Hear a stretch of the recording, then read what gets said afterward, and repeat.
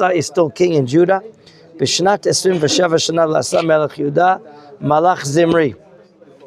How long did he rule? Here it says Shiv'at Yamim B'Tirza. 7 days in Tirza. Now, it's not a history book, but why were we told 7 days in Tirza? Let's see how the Tanakh is read. In the middle of verse 16, Ve'am, we're the soldiers, Chonim al Gibbeton. Gibbeton is an area in south, right before the Gaza area, the Plishtim area, and we're right now at a war. What do people hear at the war field? Verse 16, Vayishma ha'am hachonim leimor kashar zimri v'gamika et hamelech. You hear this? Zimri left the battlefield. He went to the Shomron. He finds the king drunk and he kills him inside his servant's home. People in the south here, well, there's no unity here in the nation, huh? While we're fighting, one of the lieutenant colonels there, one of the Sar Tzava, Zimri, left the battle and went to take power. Is it for national reasons?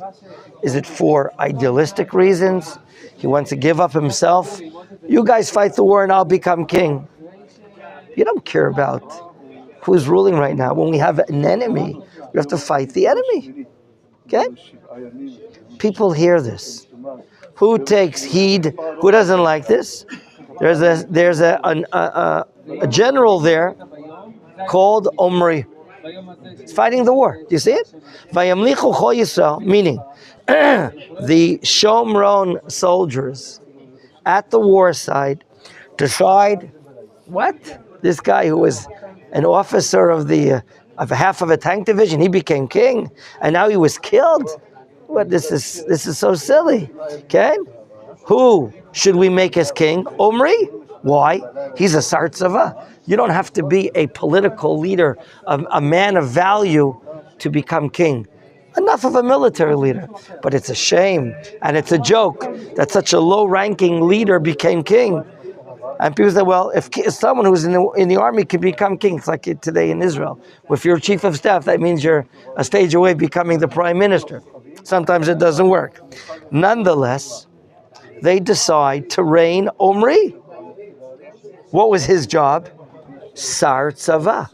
He was the leader of the Shomron people, the Ephraim kingdom, and he was leading Israel at war in the south against the Plishtim. Now the problem is, that's what they're doing in the south. What's happening in the home kingdom, in the Shomron? Zimri toppled. It was Nadav. Okay, we had Baasha, we had his son Elah. I'm sorry, you're right. Nadav is. We had Yoravam and Nadav, and then we had Baasha and Elah. Zimri overcame Elah. He was nothing, and now Omri in the south hears what? Zimri is the king. He's not even a high-ranking officer. Okay, Omri in the south. The people there in the south, the Shomron people from the north, decide to make who? Omri king. What do we see? That through corruption, through murder, people are becoming king. What does Omri do? He travels to the Shomron. I mean, he leaves the war as well. In verse 17, he leaves the war field. What does he do?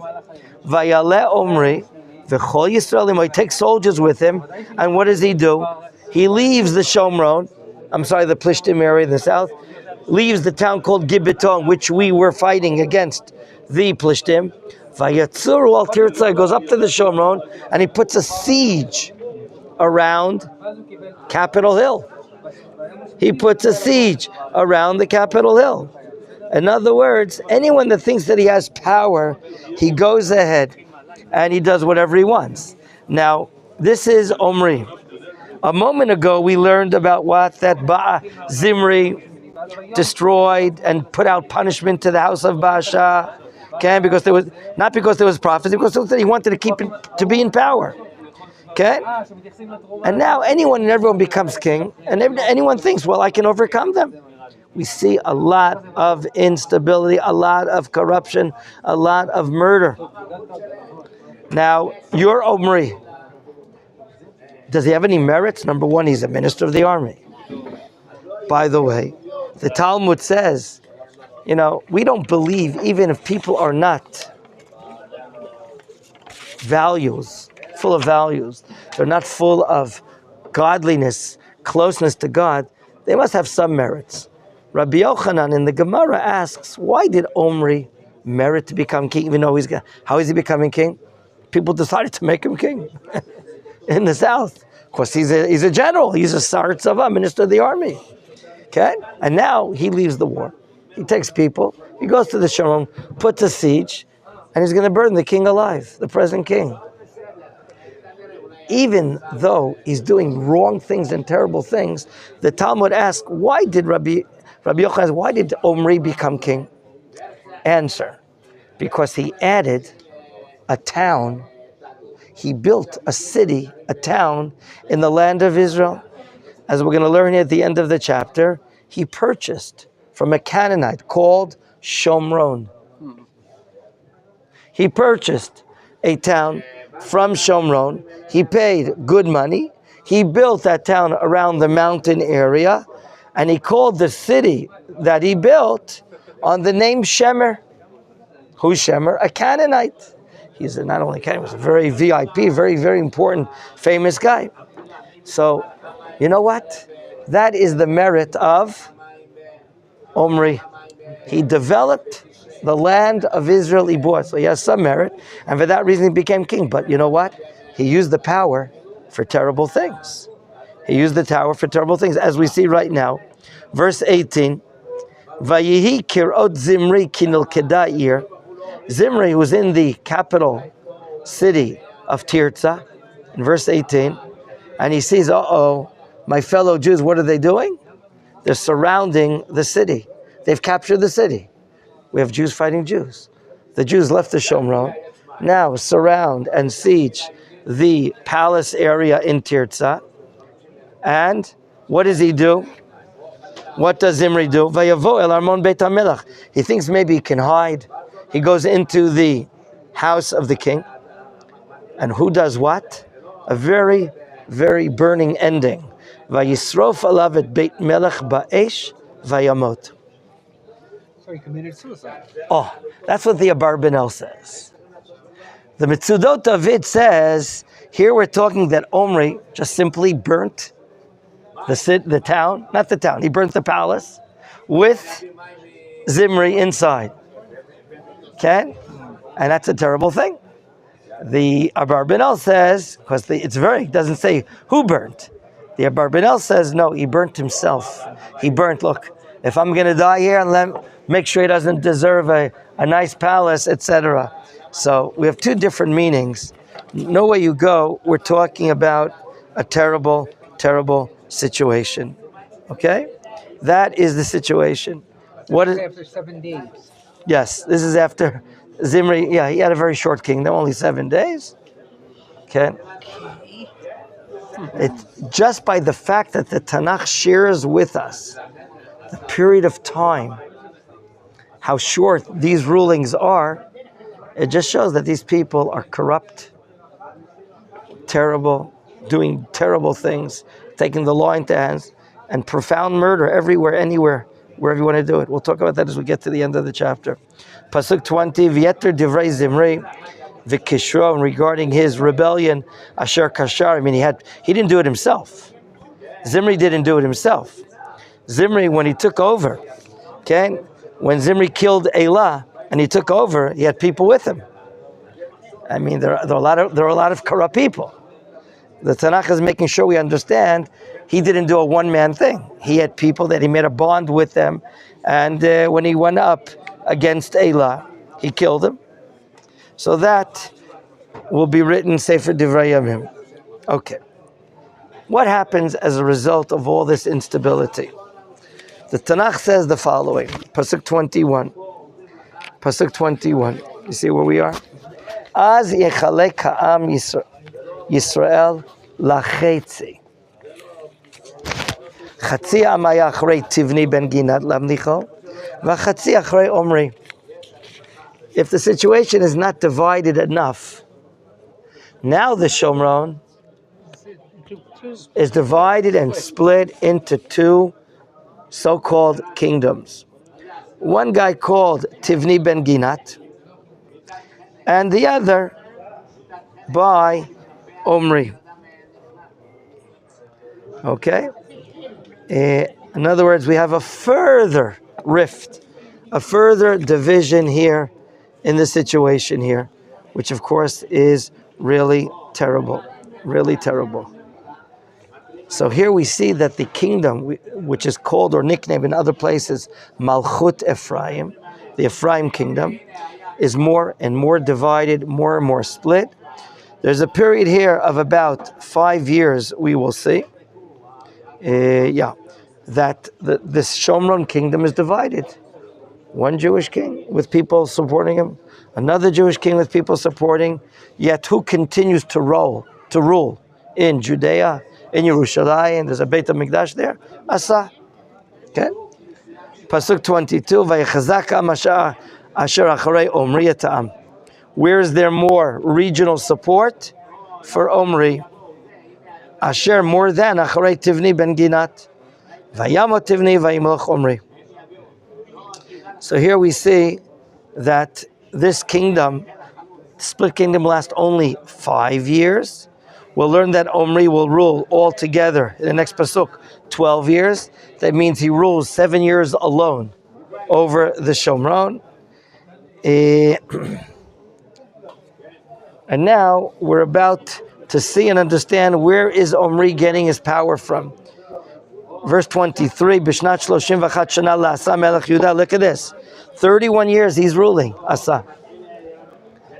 Malach Omri al Yisrael 12 shana.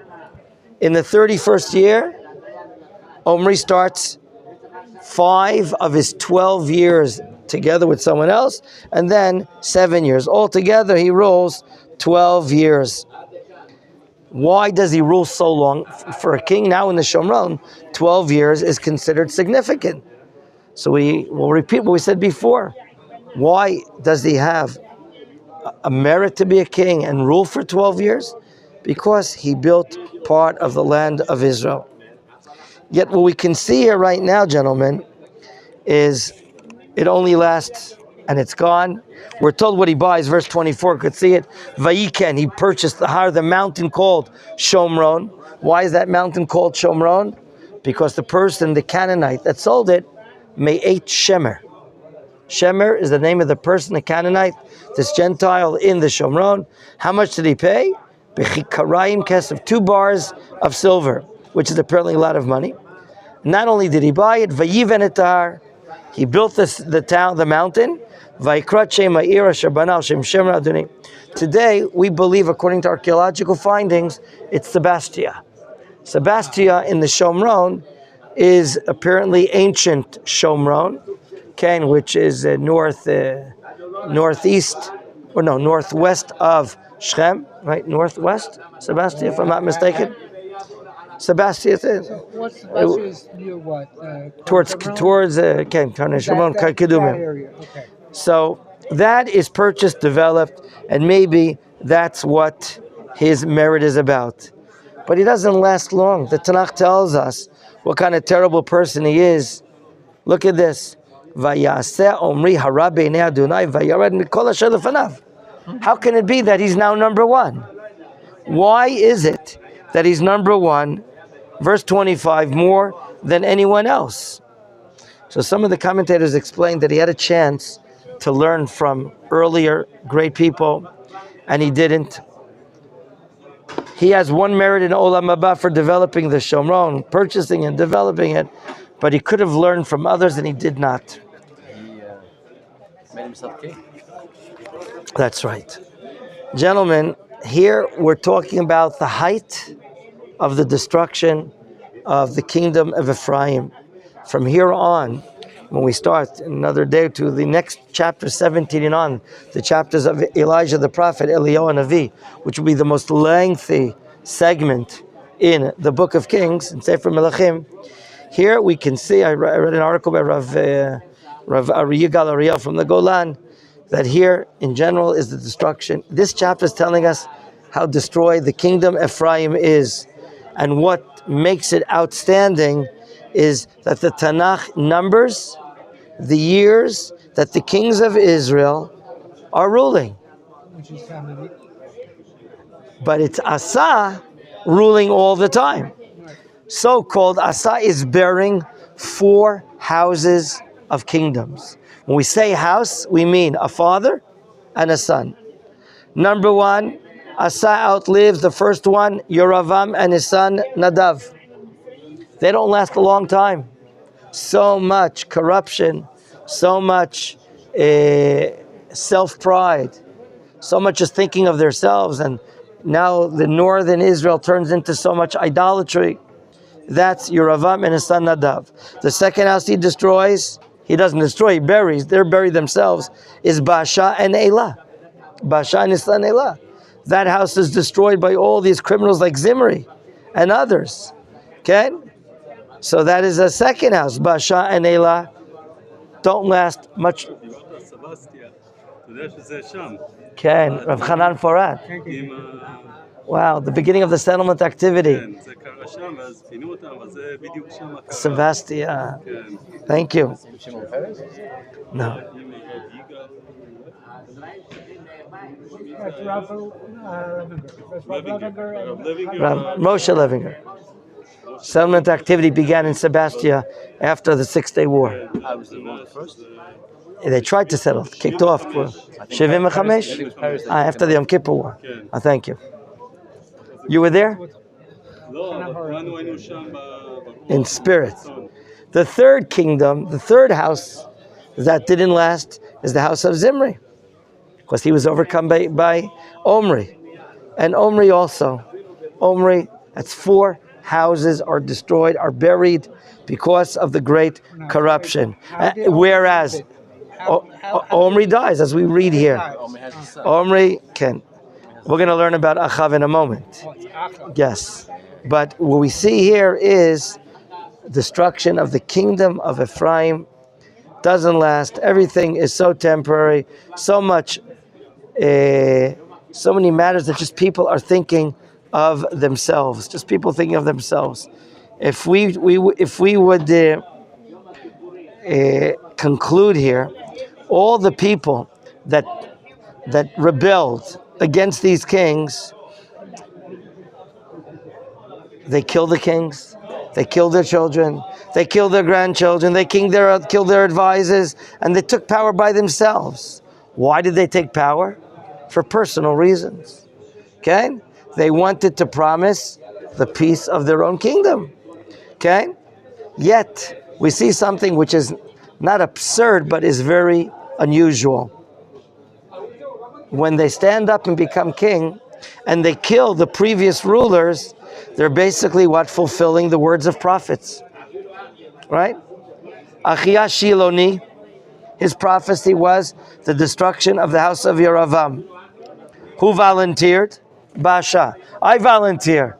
But not for what? Not that he wants to fulfill the words of the prophets. He wants power.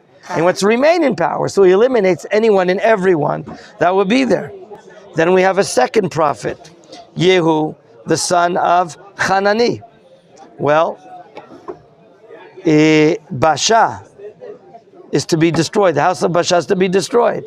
So Zimri says, I'll volunteer and I'll destroy the house of Baasha. There's going to be a third matter, which we'll see tomorrow, God willing, Bezrat Hashem, and that'll be that someone's going to stand up from Beit El, from the Binyamin area, and say, I want to build a city that has not been built ever since it was conquered. And that is the city of Yericho. Okay? Do you remember, is there a prophecy about Yericho? You're not allowed to rebuild Yericho. Very good. There's a Shavua. It's not a prophecy. The words are written in the book of Joshua. Okay? There's a Shavua, an oath in God's name Joshua took about the first city that was conquered by the Jewish people, Kama, by God. It was really by God, because all we did was what? Encircled the city 7 times, once every day. And then on Shabbos, we went around 7 times. We had the Holy Ark there. The Kohanim sounded the trumpets, the Chatzotzrot, and we didn't do huffing and puffing, yet what fell down? The walls of Jericho, fell down.